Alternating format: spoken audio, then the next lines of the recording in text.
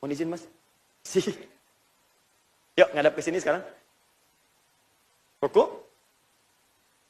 Baik, bangkit. Bebas, yang sering dilakukan. Bacaannya apa? Ya. Tahan. Sami Allahu liman hamidah. Tahan dulu tangannya di atas tadi. Mas Ali, silakan. Di ruku. Ya. Bangkit. Sami Allah. Gimana? Tahan. Lihat sini. Ini ada yang di sini. Ini ada yang di sini. Ya. Ini bagian pertama, tangannya di sini. Bagian kedua, tangannya di sini. Sudah kelihatan bedanya? Baik. Yang ketiga, ada yang lain lagi? Teman-teman, ada yang lain lagi? Ada? Silakan maju ke depan. Gak apa-apa. Tangannya tetap di sini ya. Kalau saya gini kan baru turun. Ayo mas. Gak apa mas Dan, silakan. Gak apa-apa. Futsal lupain aja. Sekarang kita sedang sholat. Bismillah. Allahu Akbar. Fadal. Geser sedikit. Apa lah ya. Tangannya jadi berubah. Langsung begini atau ruku dulu? Oh ya. Ya Allah, bismillah. Sami Allah liman hamidah. Bangkit. Tahan. Baik. Ini di sini, ini di sini, itu di sini. Ada yang lain lagi? Ada pernah melihat yang saat bangkit tangannya nggak diangkat? Ada ya? Oh, berarti ada yang keempat ya. Baik, ini saya saja. Dia sudah ruku, bangkit, sami Allah liman hamidah, tangannya di sini. Perhatikan. Ini bagian pertama, yang kedua, yang ketiga, yang keempat. Baik, di antara ini mana yang benar? Sekarang turunkan tangannya sedikit, turunkan lagi, turunkan lagi. Tahan. Yang benar seperti yang dicontohkan Nabi. Itu yang paling benar. Bagaimana menemukan yang dicontohkan Nabi? Kembalikan ke keterangan dari orang-orang yang pernah mencatat dari Nabi. Referensinya pertama di Al-Bukhari. Hadis riwayat Al-Bukhari. Nanti kalau teman-teman ditanya, jadi punya argumentasi. Nomor hadis 757. Ada dua riwayat dengan di 737. Juga di hadis riwayat Muslim. Nomor hadis 397. Yang meriwayatkannya sahabat Nabi, namanya sahabat Abu Hurairah. Ini julukannya, nama aslinya Abdurrahman.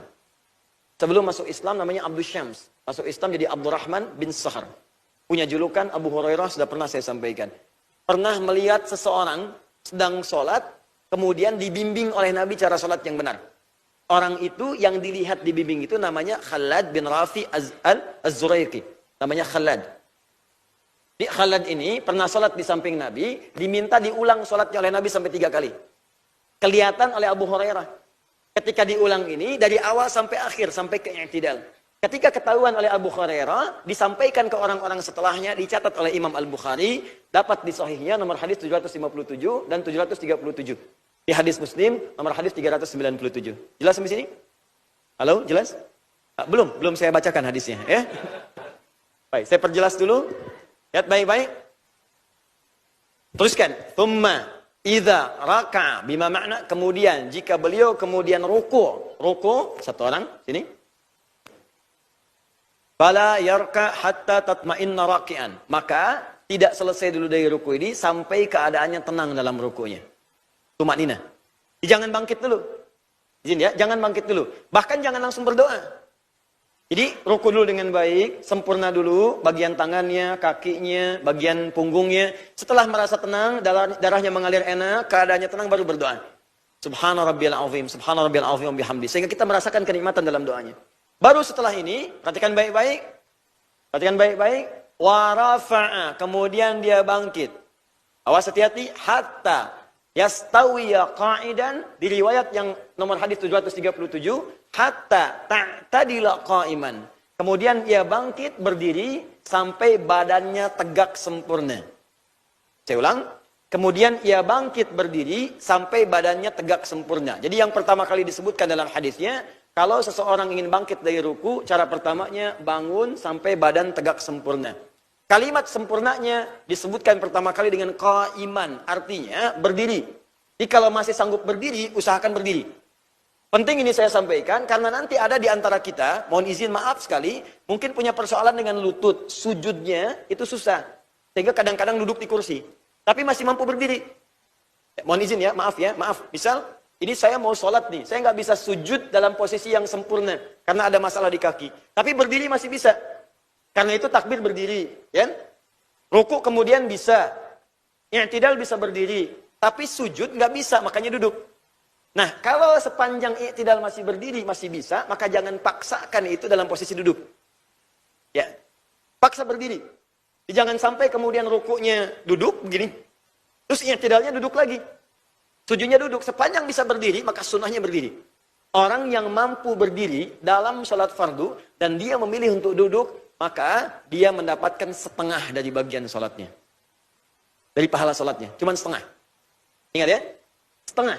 Itu pun dengan catatan ada kesulitan dalam dia kemudian dalam berdirinya, tapi masih mampu berdiri. Ya sepanjang misalnya mohon maaf, sholat isya bisa berdiri, cuman karena bacaan panjang dia memilih duduk misalnya. Ya maka dapat setengah pahalanya.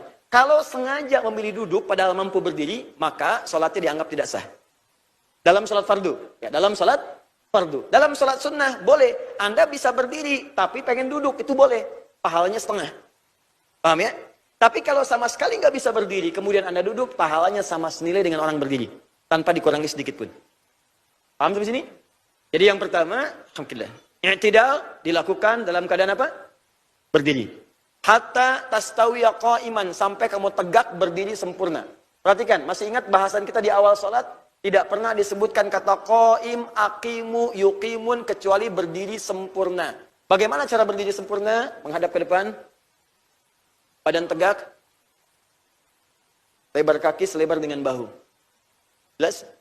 Badan tegak, kaki selebar dengan bahu, tidak terlampau lebar begini, tidak terlampau rapat begini, selebar dengan bahu sehingga ada keseimbangan. Belum selesai, fokus, baik-baik, lihat. Mas, yang kedua, berdiri lagi. Lihat sini. Sekarang ngadap ke saya ke sini. Berdiri sempurna. Nah, lihat ya. Ini nanti ada kuda-kuda. Ada berdiri bagian dalam sholat. Kita akan lihat ya. Ada kuda-kuda berdiri, ada bagian berdiri dalam sholat. Lihat sini. Untuk i'tidal, itu beda dengan berdiri biasa. Kata Nabi, setiap orang sholat dalam i'tidal, kembalikan hadisnya, tambah lagi. Al-Bukhari, nomor hadis 828. 828. Hatta ya'uda kullu faqarin makana. Berdirilah dia tegak, tadi sudah. Dan pastikan sebelum dia baca doa dan menggerakkan yang lain, pastikan dalam berdirinya semua tulang-tulang rusuknya, bagian-bagian punggungnya telah menempati tempatnya semula. Sampai kembali tulang-tulang rusuknya kembali ke tempat semulanya. Artinya sampai tegak sempurna, sampai merasa nyaman. Awas, hati-hati. Jadi jangan sampai begini. Maaf ya, maaf. Baru bangkit, sami'allahu liman hamidah, baru di sini udah sujud. Dan ini belum baca doa. Ingat, belum baca doa. Hadis pertama mengatakan tegak dulu sempurna. Supaya yang tadi saat ruku di sini kan ada pergerakan. Ada darah yang beredar. Ini belum sempurna. Berpindah dulu gerakannya. Oh, hati-hati. Sempurnakan dulu sampai kembali lagi, rusuk kembali lagi sempurna, darah mengalir lagi. Kalau ini belum sempurna langsung sujud, maka ke dalam kesehatan pun akan berpengaruh. Bukan sehat tapi bisa sakit. Kata Nabi, sempurnakan, tegak dulu, sempurna dulu. Sampai merasakan kemudian seimbang. Hatta ta'tadila. Kalimat ta'tadila inilah yang disebut dengan i'tidal. Kalimat i'tidal muncul dari bahasa Nabi di Al-Bukhari nomor hadis 828 ya, dan nomor hadis 737. Kata Nabi, hatta ta'tadila qa'iman. Sampai kamu i'tidal, sampai sempurna berdirinya, tulang-tulang rusuk kembali seperti semula. Jelas sampai sini? Tahan. Teruskan, tangan. Mas Dud. Wa rafa'a yadaihi hadwa mankibaihi. Kemudian mengangkat telapak tangannya sejajar dengan satu bahunya. Cara pertama. Ya, ini masih di Al-Bukhari nomor hadis 757. Tadi yang sejajar dengan bahu ada dua. Satu Mas Ari, kedua kemudian Mas Doni. Mas Ari, ulangi lagi. Sami Allah. Tangan ini sejajar dengan bahu. Lihat sini. Ini cara pertama. Ya. Bisa agak ke belakang boleh, yang penting sejajar dengan bahu, bisa di sini. Fokus baik-baik, lihat. Jemari tangan tidak terlampau rapat begini. Tidak terlampau lebar begini. Sewajarnya saja begini. Jelas ya? Fokus, lihat baik-baik. Angkat tangannya sampai sejajar dengan bahu. Ini cara yang pertama. Jadi di sini. Jadi sama dengan Mas Doni. Jadi saya tidak perlu ulangi. Sama di sini. Sejajar dengan bahu. Yang kedua, An-Nasai nomor hadis 1101. Perhatikan baik-baik. Sejajar dengan kedua telinganya. Udhunai hadwa udhunaihi. Mas Dud tadi yang lakukan. Mas Dudi. Sejajar dengan daun telinganya. Ya, boleh ini yang jempol untuk akhwat misalnya, ini menyentuh daun telinga yang paling bawah di sini. Boleh. Tapi begini, mohon izin, mohon maaf. Ada yang menyimpulkan, Ustaz, untuk akhwat, untuk perempuan, itu yang ini saja yang betul ya. Tidak. Dua-duanya boleh. Boleh di sini, boleh di sini. Cuma dulu, kenapa perempuan dianjurkan yang di sini? Karena dulu hijabnya tidak seperti sekarang. Dulu nggak ada mukena, kadang-kadang ada yang terbatas. Kalau kemudian ditarik sampai di sini, itu terbuka sebagiannya. Karena terbatasnya kain pada saat itu. Makanya dimintakan ke dalam begini, supaya ini tetap mengalir sebelum turunnya ayat hijab. Setelah turunnya ayat hijab, kemudian memanjang, sampai ada yang jilbabnya memanjang, sampai yang ke batas mata kaki. Modelnya kan banyak-banyak. Ada yang seperti abaya dan seterusnya. Ada yang sekarang pakai mukena, maka tidak ada masalah. Mau di sini silahkan, mau di sini silahkan. Tidak ada persoalan. Jelas ya?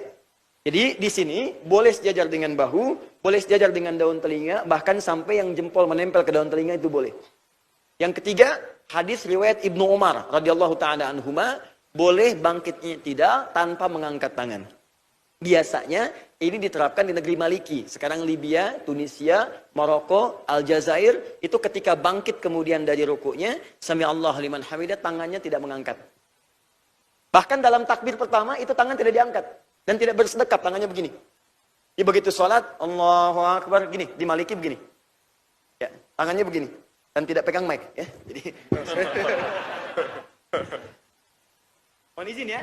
Dan ini kalau sedang lihat begini, misal teman-teman sedang umrah, sedang haji, lihat yang begini, jangan diajak ngobrol. Hey bro, what are you doing? Misalnya. Itu sedang sholat. Karena saya pernah kejadian, saya awal ke Tripoli, kemudian ketemu teman. Jadi menunggu waktu sholat, sudah adzan, ya, dia berdiri begini. Saya kira sedang baru masuk ke masjid, kemudian berdiri begini. Saya tanya, hey, enak? Bahasa kita, kemana aja gitu? Where have you been? Saya tanya, kemana aja kamu? Tiba-tiba, Allahu Akbar. Dia orang itu sedang sholat. Jadi orang yang tangannya begini, itu belum tentu Syiah. Belum tentu Syiah. Jangan disimpulkan semua yang begini Syiah, tidak. Nanti ketika dia sujud, baru kelihatan mana Syiah, mana Sunni. Sujudnya kelihatan, pas bangkit dari sujud nanti ada tepuk-tepuk dulu begini. Kalau sholat di belakang orang Sunni, dia mundur sedikit nanti. Ya, nanti kelihatan dari batu yang disimpan, ditutup sejadah, atau kemudian bangkit dari sujud, dia tepok-tepok begini, nah itu umumnya Syiah. Tapi kalau berdiri begini, tangan tidak bersedekap, atau tidak bertakbir, jangan disimpulkan Syiah. Kamu Syiah ya? Bukan, saya Husain. Ya, nah, itu jangan tidak semua harus ditanya ya. Paham ya? Baik. Jelas sampai sini? Oke. Jadi kalau misalnya ada yang begini, sami Allahu liman hamidah, tangan di sini benar tidak? Benar. Kalau ada yang di sini tangannya benar tidak? Kalau ada yang di sini benar tidak? Ah, jadi kalau yang salah, yang tidak salah. Kita sepakat itu. Ya. Jadi tolong jangan berselisih. Jangan kemudian berikhtilaf pada sesuatu yang dipersamakan atau dibenarkan oleh Nabi. Sahabat gak berselisih. Awas, tabi'in tidak berselisih. Orang salaf tidak berselisih. Para imam tidak berselisih. Anda sahabat bukan. Tabi'in bukan. Imam bukan. Makmum kadang-kadang. Gitu kan? Tiba-tiba Anda berselisih. Nah, jelas ya? Paham ya? Nah, kalau sudah paham, sekarang saya izinkan untuk kembali.